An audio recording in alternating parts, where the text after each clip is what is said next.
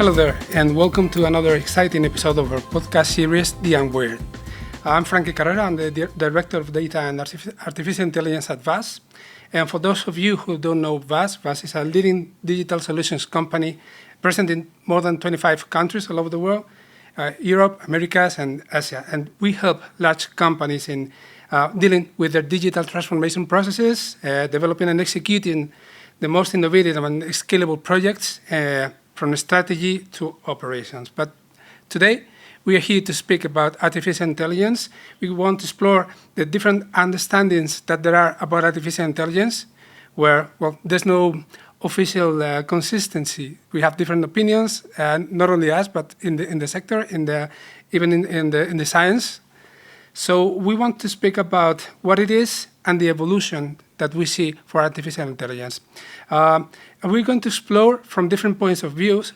And the first one is talking about the LLMs, because, well, we know that there's a lot that have been said lately about LLMs, about generative AI, and I think that it could be the starting point today for our interview. I have the pleasure to have here with us today Javier Yuste, who is the Chief Data Officer of Zurich Insurance in Spain. Well, and those of you, I'm sure that you know that Zurich is a leading multi-line insurer company. They serve people in business and businesses all over the world in more than 200 countries, if I'm correct. It was founded like 150 years ago, so it's one of the most ancient companies, I would say, at least in Israel. Is that correct? Yeah, I mean, we've been providing insurance initially in Switzerland, and after that, because the company was really successful, they were buying different companies in different countries. And in Spain, it has been operating for over 120 years. Well, this is awesome, really. But anyway, we have, like I was saying, we have Javier Yuste today to talk with us about this. So welcome, Javier. Thank you very much. I'm very happy to be here and, well, really excited about talking about artificial intelligence. Okay, well, it's our pleasure to have you here because we know of your trajectory. You are the CDO of a big company doing not only artificial intelligence, but also some of the things related to AI governance, related to data governance, and we're going to talk a little bit about them here today. But first thing, can you please explain to us what is it that you do right now at your role at Zurich? Okay, so I lead a team that really manages the data within Zurich Insurance Spain. So we guarantee from the data quality, from all the data we gather from customers regarding policies, claims, and all the different business activities. With that data, we are also build, you may say, artificial intelligence algorithms, you may say machine learning, but at the end of the day, what we look forward is to automate processes and to make things easier for our customers, to be more streamlined and to make things faster for them. So in that sense, I manage the data quality part. I also manage the data governance part, and that's also key when it comes to artificial intelligence, because at the end of the day, you may build algorithms, but you need to guarantee they work properly and they provide the output you're expecting, and you don't have any bias regarding how they treat your customers or how they treat different products or different business lines. So at the end of the day, I would say I manage the data ecosystem, and we are a key part at the center of the company in order to provide solutions to improve the speed in which we manage claims, to facilitate the onboarding process for new customers or new policies, and also to support our back offices and all the processes within the company. It's really interesting what you said about data, because not everybody is aware of that, but you cannot take advantage of algorithms if you don't have the right data. You can construct models that will solve some of the issues that you have at your company, but if the data is not correct, it isn't going to work properly. You may probably make bad decisions, for instance, because you don't have the right information, or, well, your systems will work, will not work well. So that's something important, and it brings me to the concept of LLMs, to the concept of generative AI, where we have models that have been constructed with a lot of data from many different places, in most cases all over the world, text downloaded from the internet and some other sources, images also downloaded from the internet and used to train models like, for instance, DALL-E or Midjourney. In the case of ChatGPT, is text. So this has been like the thing that has boosted artificial intelligence for the past year. So we know right now, we know that much about artificial intelligence because a lot of things have happened since, well, ChatGPT was launched a year ago. So what's your take on generative AI? What do you think that it's been so important? Well, I would say that the most important thing is that the common people already have been aware of the artificial intelligence, that this is something that is here and it is here now. Yeah. I think people were more, when you say artificial intelligence, I think people were more thinking about Star Trek or something like that rather than the present moment of time. So everyone is aware, everyone can play with it, and that's another difference. It's not something that you have in a big company. It's not something that a government is doing. It's something you can get into ChatGPT and plan your holidays and compare cars and ask whatever you want to ask. And you get an answer. And here the problem is also to know if that answer is accurate or not. And that's the main problem. I mean, you may be studying at university and you get an essay. You may go through it and you get the first draft or the paper you want to hand to your professor. But at the end of the day, you may have data that is inaccurate, and it may be not accurate because you have different sources of data, and it depends the data used to train the model. And here we get to the data quality issue. If you Google Internet, you may find different answers for the same question, and you may end up in a forum that says something and in another one that says the opposite. So at the end of the day, I would say for artificial intelligence that now we are in that moment in which we need to start to think how we use it, how we govern it. But on the other hand, we are somehow competing to take the advantage of being able to automate some processes, to be able to talk with your customers in a more responsive way. I mean, chatbots have been here for years, but they're limited to some scope. You're talking in insurance about a claim. You are talking about other areas in different companies. Okay, I want to book a flight, so maybe I'm talking with a chatbot that helps me out. But at the end of the day, let's say the feeling I'm talking to a machine was really clear, and now it's becoming a bit diffuse. I'm talking to a machine, not, I may ask whatever I want. It's not something that you need to go through let's say a guideline or press 5 or press 2. It's okay, you make an open question, you may get an answer.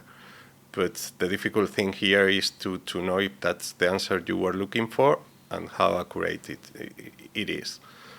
For instance, we don't use artificial intelligence to talk directly to customers because we need to be sure that they're going to get accurate responses. So we prefer they may go through a process talking to a chatbot, but that has been tested and has the right answers for specific questions.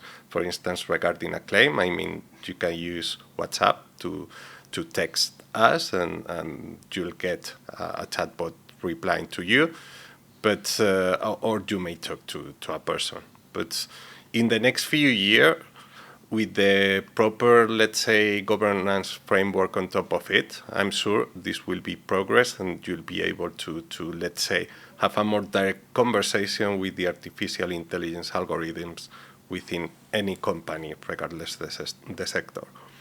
Okay, we'll dive deeper into AI governance later. So I'll take what you were saying about generative AI. And well, generative AI is something that has come recently, on the past 2-3 years. But before that, we were already doing artificial intelligence. And the hot topic was machine learning, for instance, deep learning as well. How would you define artificial intelligence in a broader context than LLMs, beyond generative models? Well, I would say artificial intelligence is, and it doesn't matter what is the algorithm or if that's just a few rules, but whatever artifact you have in place that can make automated decisions or suggestions, in the sense that, okay, so if you make a question of if you are during a process or you are quoting, let's say, an insurance policy, if I want to recommend what fits better to your vehicle, maybe depending on the age, it makes sense to have full coverage or not. And if you have an old car, maybe full coverage doesn't fit. That can be just a rule. Okay, if it's, I don't know, 8-10 years old, your car, maybe you're going to pay too much. And in the case of a total loss, you won't get that much money. So probably it isn't the best product. So in that sense, I would say whatever algorithm, if you think about, I'm sorry for going back to regulation, but AI Act is an act that's going to be issued by the European Union to let's say, put a framework of governance on top of artificial intelligence. And here, even linear regressions are in scope. So it's not that you have the most trendiest, the latest technology. It's also about the process. So, and I'll give you another example. In the insurance industry, we've been doing, call it data science, call it data mining, call it models. It doesn't matter, call it artificial intelligence. But for pricing, we've been doing models for ages. I mean, for the last, 60 years, we've been building models to really know the probability of having a claim and the severity of that claim, so that we may build the price, being sure that we'll have enough money to pay out the customer whatever loss they have in the market. So pricing models are also affected by this AI Act, but they've been around for over 60 years. So in that sense, I would say that talking about what's the definition or if this is artificial intelligence or not, it's not a really productive conversation, in the sense that it doesn't really matter. Because at the end of the day, what matters is what you get from it, and you as a company and your customer from it. So, and being thinking, okay, if I use this algorithm, it may be, it may not be.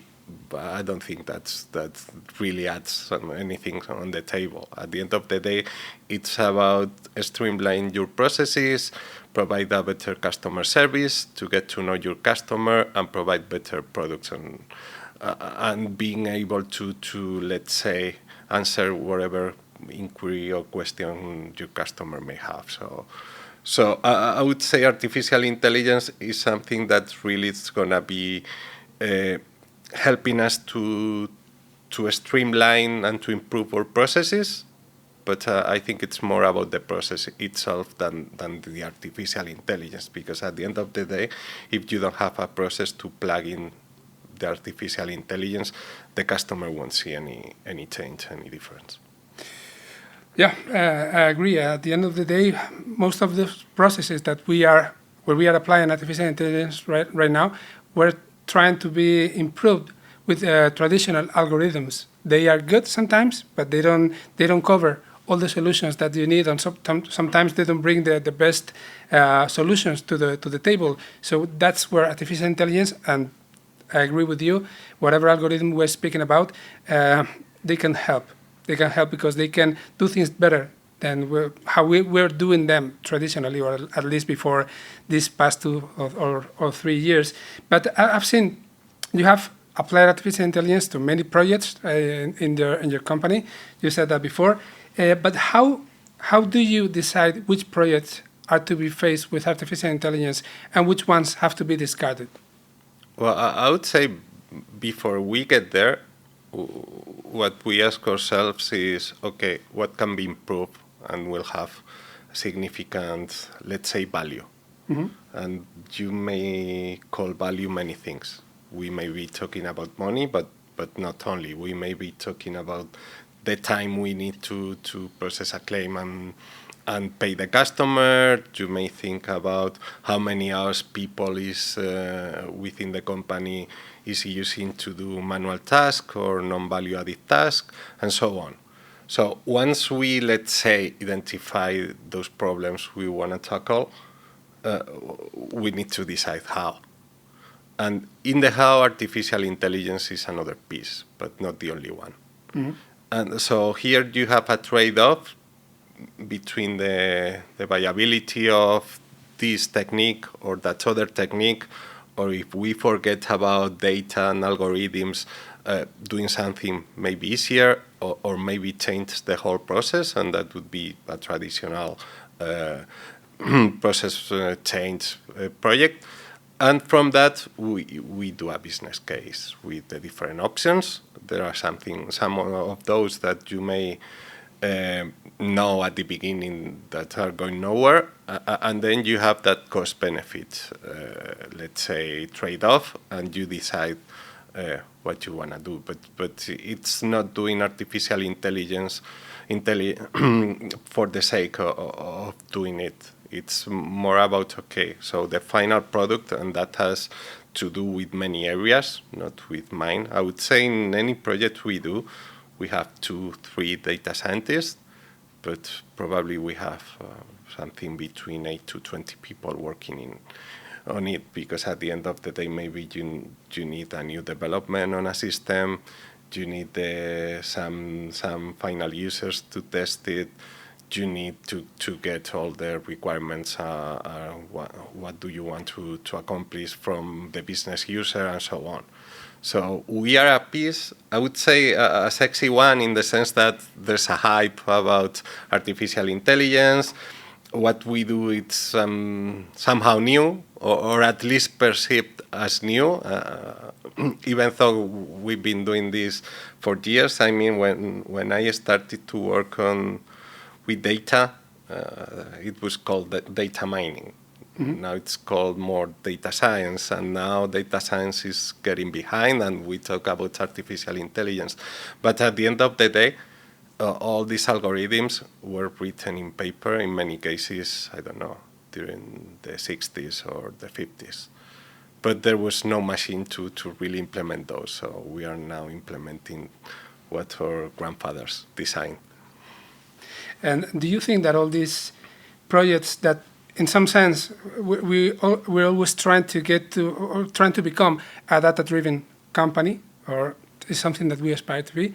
So, in some sense, do you think that the organizations have been readapting and trying to create a new workforce to try to tackle this data-driven thing that we want to get, that we want to become, or do you think that is still something that we are behind?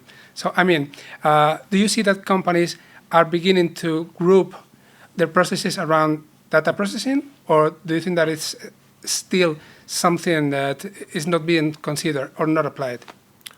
Well, I think everyone is talking about their data science team, their new chief data officer, many different names, and I would say every company is doing something. But if you think about getting data-centric, if you just think about, okay, I'll do some projects, I'll hire a few people or some consultancy companies like yours to help me out, okay, fair enough, for sure, you will improve some processes. But you won't be data-driven, because you need to change the way the company as a whole operates. I mean, it's good you do projects, you improve things, and probably you get a big payoff from that. But at the end of the day, you need to to start thinking, I would say, design what you do, thinking on the data first. Not thinking about, okay, I'm going to do that process, and whatever data we may get from that will improve the same process. Well, but if you put an algorithm there, maybe that's not the process. If you really have a system that can automate some tasks, maybe your back office can do some other stuff, and you may start to also improve in some areas and getting more capacity for others you are going to improve later on. So in that sense, I would say we are in the way, and with we I mean every company now, because at the end of the day, we are more data driven. We have digital channels, so the ways you communicate with the customer really changes everything. But there are many digital channels that from several companies that end up with someone checking something on a computer and manually sending an email back. Well, that's not digitalizing the process, that's not being data-centric. You need to think about the whole value chain and to change it. And that takes time, because at the end of the day, every company has legacy. Legacy meaning the systems you've been using, and everything is changing so fast that it's difficult to keep pace. But you need to stay focused on accelerating, because if not, someone is going to win, and that's not going to be you lag behind.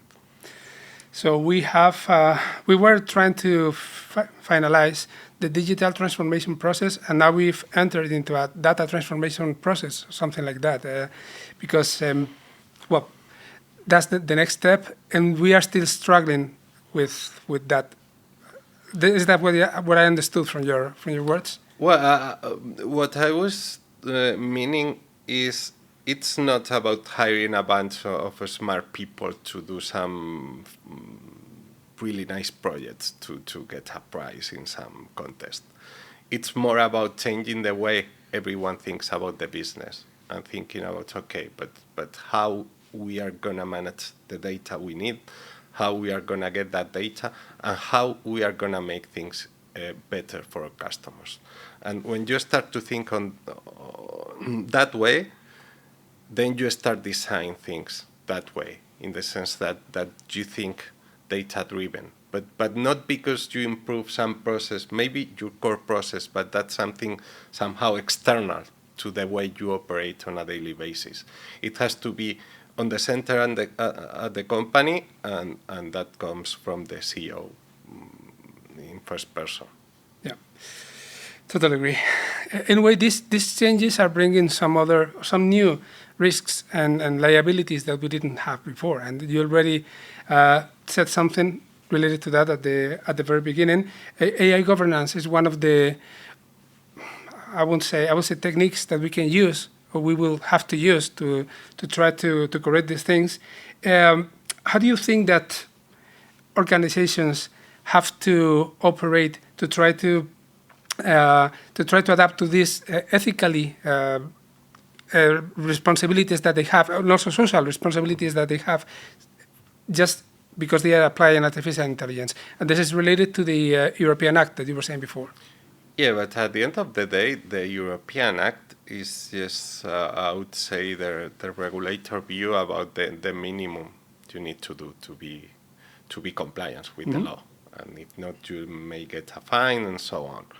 But you need to go further than that. I mean, in Zurich we have the data commitment that it has several points, but at the end of the day, what it says is, okay, we won't share your data with a third party, and we will use your data to make things better for you as a customer. So we want to use your data to make money or some other things that maybe is the business model of other companies. And with the AI Act, what you need is to be sure that your models aren't racist and they don't have bias that really affect the customers. But it doesn't mean you are doing a model the customer really wants to do. I mean, from GDPR, he can oppose to to get his or her data used to build a model, to be scored by many models, and so on.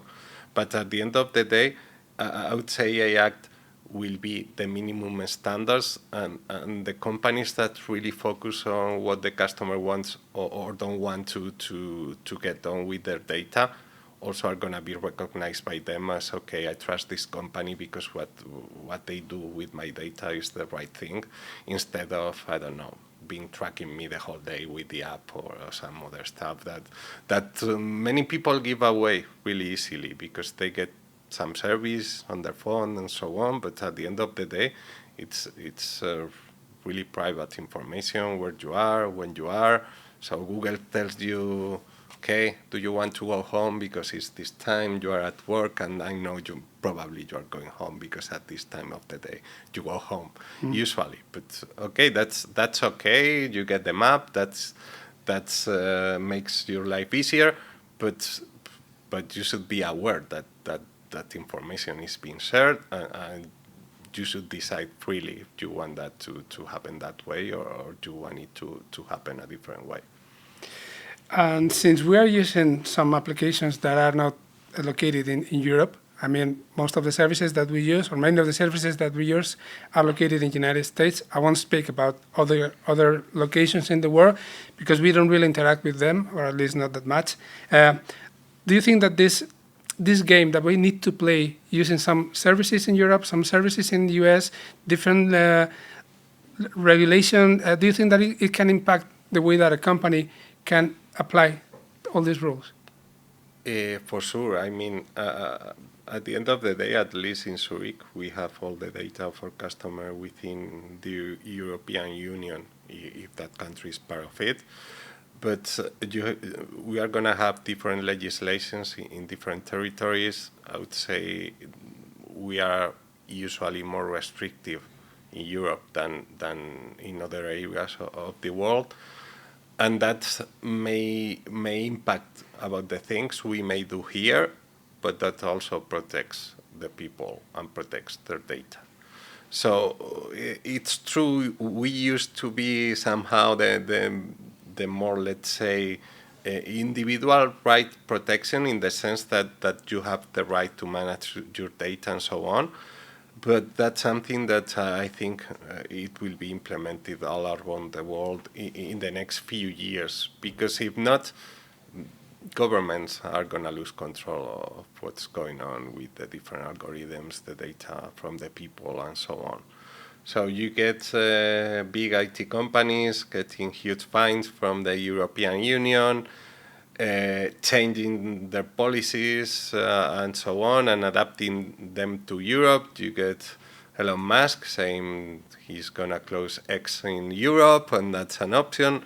Okay, we don't know how this will progress, but at the end of the day, you get some convergence. I mean, if you think about cars, beginning of 20th century, whoever was making cars, Ford and so on, there was no legislation for that.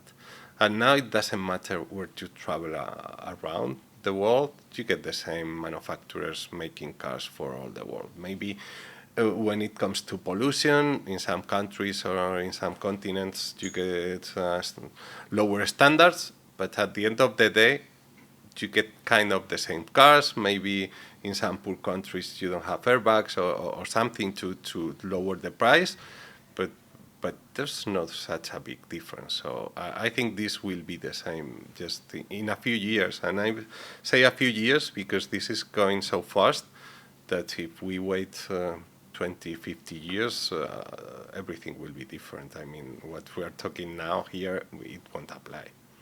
Well, it looks, and it always happens, technology goes faster than legislation. So even if they try to level, or reach all the activities and all the needs that we have right now regarding data regulation or AI regulation, maybe when they get there, it won't be enough. Do you think that maybe if companies could be closer to these regulations, to these workforces, it could help go faster? It could help to be more productive? But at the end of the day, if you think about artificial intelligence, what it does is to somehow replicate what a human being may do. So you get some inputs, call that data from customers, call that call to action. I want to book a restaurant, wherever it is, and you get an output, whatever is that. Okay, you get your booking done. You get your essay for the university done by ChatGPT, whatever it is. So regulating, okay, this has an input, what can be in the middle, but from I would say a theoretical point of view, not talking about how the algorithm works and what it produces, but what it may do or what shouldn't be allowed it to do, and you get the output. That's something you can regulate now. And for sure, there will be details and new type of algorithms, and maybe you need to revisit it from time to time. But saying, okay, you cannot make automated decisions regarding, I don't know, that take into account the sex of the customer, or you cannot do things like that. It doesn't matter what you get in the middle. I mean, at the end of the day, it's something like, okay, you cannot have a bias regarding this or that. And that's going to be the same. I mean, we don't also need to change the laws every 20 years. I mean, they keep somehow stable. So in that sense, I think you can make a regulation that lasts. It will have to adapt, but probably it will have to adapt to new scenarios. Okay, if your car is going to drive by itself, so what happens if you crash? Who's responsible for this or not? Maybe you need to address that. But before that, you need to decide that, okay, a car can drive by itself, and that's legally possible. And then, because you have to, let's say, somehow approve that, you can think about the legislation that has to go with it. So, but I don't think that's so difficult. I'm not saying it's easy, but I think that's something we can do now, and the European Union is what is trying to do with AI to give us a framework to work in a safer place. If that's a kind of burden in order to make progress with new technologies and so on, I don't have that view now, but we'll see in a few years. Thank you for sharing your thoughts, because this is an important matter, at least to me. Time flies. We've come to an end of with this conversation. It's been a pleasure having you here, Javier, and it's been an exciting conversation. Put for thought for after we finish with this. So thank you very much for being here. Okay, pleasure is mine. So we'll be back in a couple of weeks with another exciting, I'm sure, episode of this UnwAIred podcast. And the rest of the people, please stay tuned, and we'll be in touch. Thank you. Bye-bye. Thank you.